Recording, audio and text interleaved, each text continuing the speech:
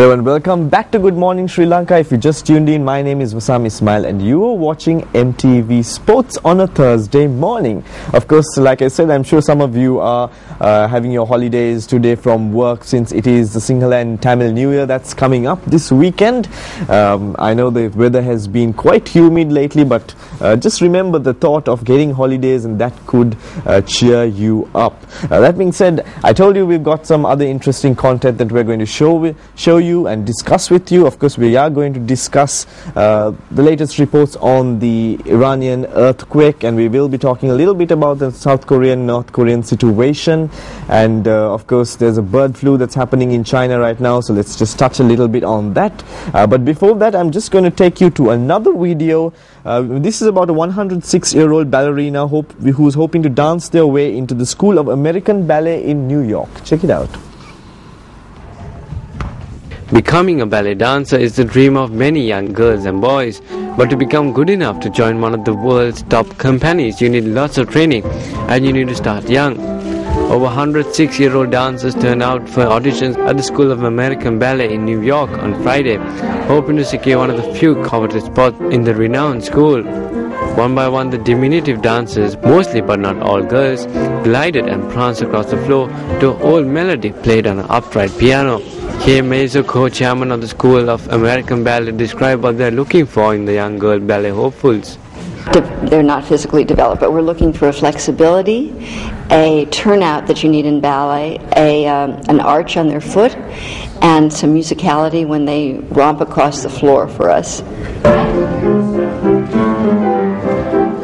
Aiding Mazo in the evaluation of the young talent was Katrina Killian.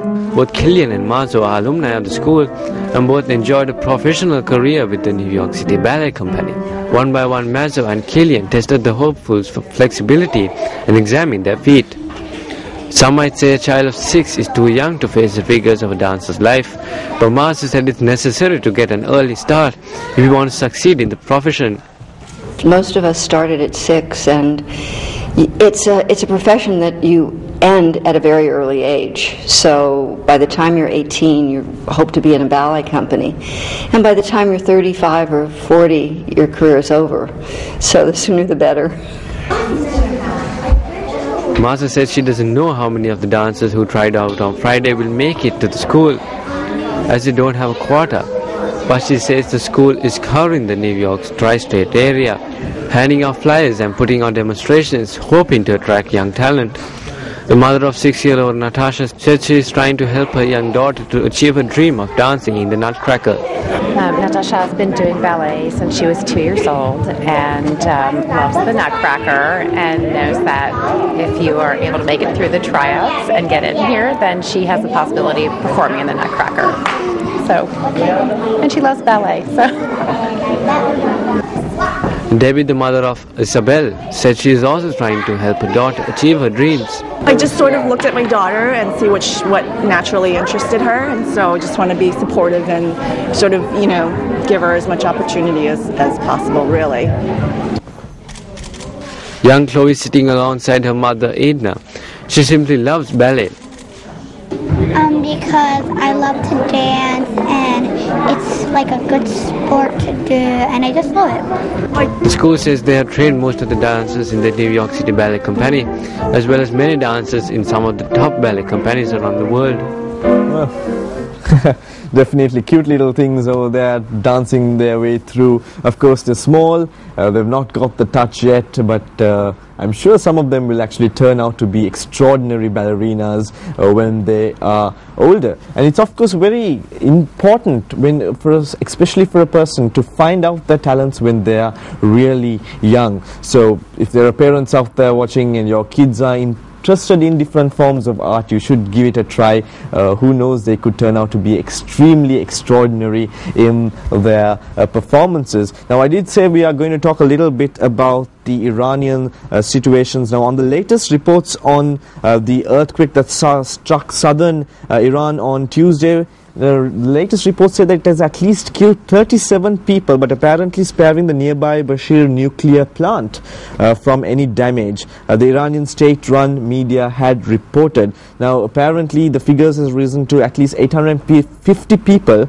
who have been injured with the earthquake. Now, the magnitude 6.3 quake could apparently be felt across the Persian Gulf in Bahrain, Qatar and the United Arab Emirates, where some buildings in Abu Dhabi were evacuated and some businesses sent their employees home for the day. And yesterday there has been a minor earthquake in Iran as well, but not to the extent of 6.3. This earthquake was more of a 4.8 earthquake that has happened over there, and of course we will be getting more reports on that story today as we proceed. You can find it online, just do a little Google search. That's the way forward these days, as they say it. Of course, we're going to go in for another little video, and this time we're going to touch a little bit of sports. And when I say sports, I'm talking about NBA, where LeBron James scored 27 points in his return from a strained right hamstring. So you NBA basketball sports fans, check this out. Gets him with the foul. It's a 2-run right now. LeBron James scored 27 points to lead the Miami Heat to a 106-87 win over the Philadelphia 76ers Saturday night at the American Airlines Center. LeBron with the ball in his hand. James had another efficient shooting night, making 12 of his 17 shots, while grabbing 4 rebounds and handing out 5 assists for the NBA leading Heat. Miami's other 2 stars, Dwayne Wade and Chris Bosh, got the night off to rest for the upcoming playoffs, as the Heat are assured of the top seed in the East. You see here LeBron pound the basketball. That's not how this team plays. Thaddeus Young with the jump hook. Tipped up and flushed by Darrell Wright. What? Welcome home, Darrell Wright. He can pass the basketball, he rebounds, he can score a little bit. In fact, his numbers, he's one of 6 as Battier throws in the rainbow 3 at the end of the clock. For LeBron. The win was the 60th of the season for Miami and improved their record to a 60-16, leaving them with just 6 games remaining before they begin their defense of the NBA title in the playoffs. Philadelphia sits in 9th place in the East with a record of 31-45 and fell farther behind the 8th place Milwaukee Bucks, who beat the Toronto Raptors in other action to solidify their hold on the final playoff spot. There's Battier for 3. Got it! There are 4 different players on this Heat team that have made it to the Eastern Conference, but last year they didn't have it against Oklahoma City. And Birdman. There you go, touching in with a little bit of sports. Now, Sri Lanka, if you take the percentage, majority are not fans of basketballs, but believe it or not, there is a niche community out there who really follows basketball, NBA and all the top series quite closely, and especially when it comes to school sports. Now, of course, when you take the international schools arena, basketball is one of the most famous games which they play in the country. So anybody who's a past pupil or even in their schools right now who's following basketball would have found that quite interesting indeed. Coming into a different area of sport, now a different area. Check this out, right? Chinese Olympic boxing legend Zhou Shiming wins first pro fight in Macau, and we've got a little bit on that. Check it out.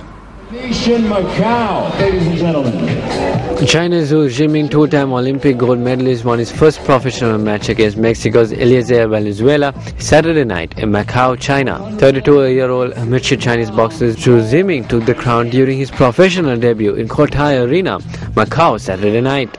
Zhou is widely regarded as one of the trailblazers of Chinese boxing. He won 2 consecutive gold medals at the 2008 Summer Olympics in Beijing and the 2012 Games in London in the light flyweight division. He is the first and only Chinese to win an Olympic gold medal in boxing. Saturday night was considered a showcase for Zhou, but also a chance for the world to see Macau as a big-time boxing venue. Saturday's Fighter Fist of Gold was the biggest boxing event in Macau's history, where fighters gathered from around the world. Outside the arena, fans gathered in anticipation as well. Boxing doesn't have a traditional following in China, but Macau seemed to have banking on Zhou Shiming to change that. 0.6 pounds for And boxing indeed. Now, there was a huge amount of build-up to the fight which we just showed, and both in China and overseas. Now, Zhu was apparently paid $300,000, previously unheard of payday for a debut pro fighter. His young opponent received $15,000, 30 times his usual rate. Now, of course, boxing is a very well-known kind of fighting which we all know about.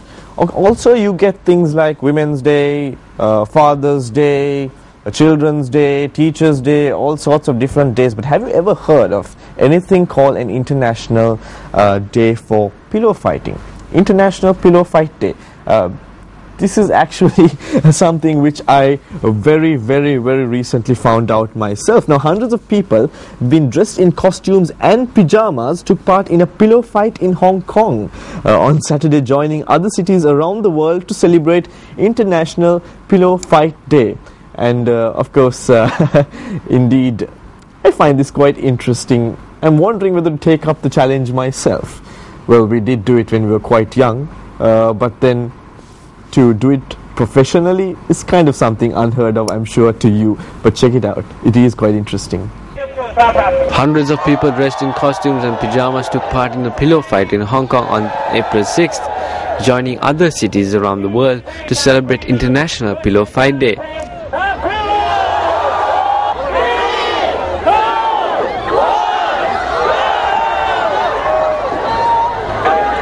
Crowds cheered in an open plaza in Hong Kong's central financial district as the pillow fighter organizer Tom Grundy announced, "You can take our freedom, but you can't take our pillows." Yeah, it kind of suits Hong Kong because it's quite a high-pressure city, so it's a chance for people to let off some steam just once a year for an hour.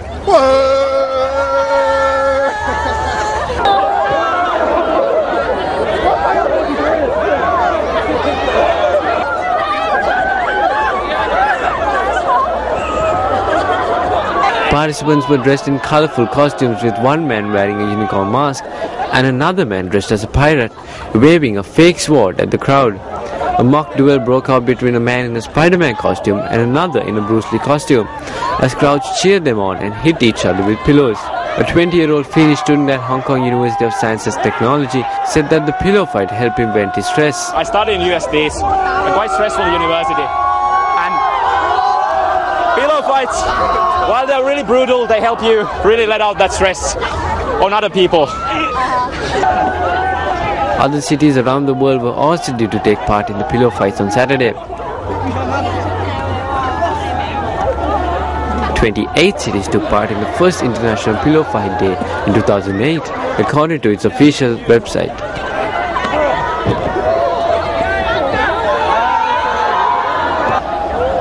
Well, believe it or not, you do get International Pillow Fighting Day. Now, I hope if you are in your couch watching the program, I do sincerely hope that you've not picked up your cushions or pillows. And also, if there are parents out there, when your kids are young, I'm sure when they are inside their bedrooms and stuff, they do have this tendency of getting together and fighting with pillows, which is something I'm sure none of you parents really like that much. But then again, what if they do come up and say, "Hey, Mom, Dad, there's an International Pillow Fight Day out there, and it's actually done professionally." And of course, if I had kids and if they told me that, I would be stunned myself. But it does happen internationally, and believe it or not, it's not just International Pillow Fight Day. There are a lot of other things you might find interesting. Just go on to Google and type a few things and you may check it. You may actually find some interesting things. Now, like I said, there are a few more things that we need to touch on. After the commercial break, we will be talking a little bit about the bird flu situation in China. We'll also be talking about the situation in South Korea and North Korea, and we do have other interesting stuff that we will be bringing to you after this short commercial break. So don't go away. We're going in for a short break and we'll be right back right here on Good Morning Sri Lanka.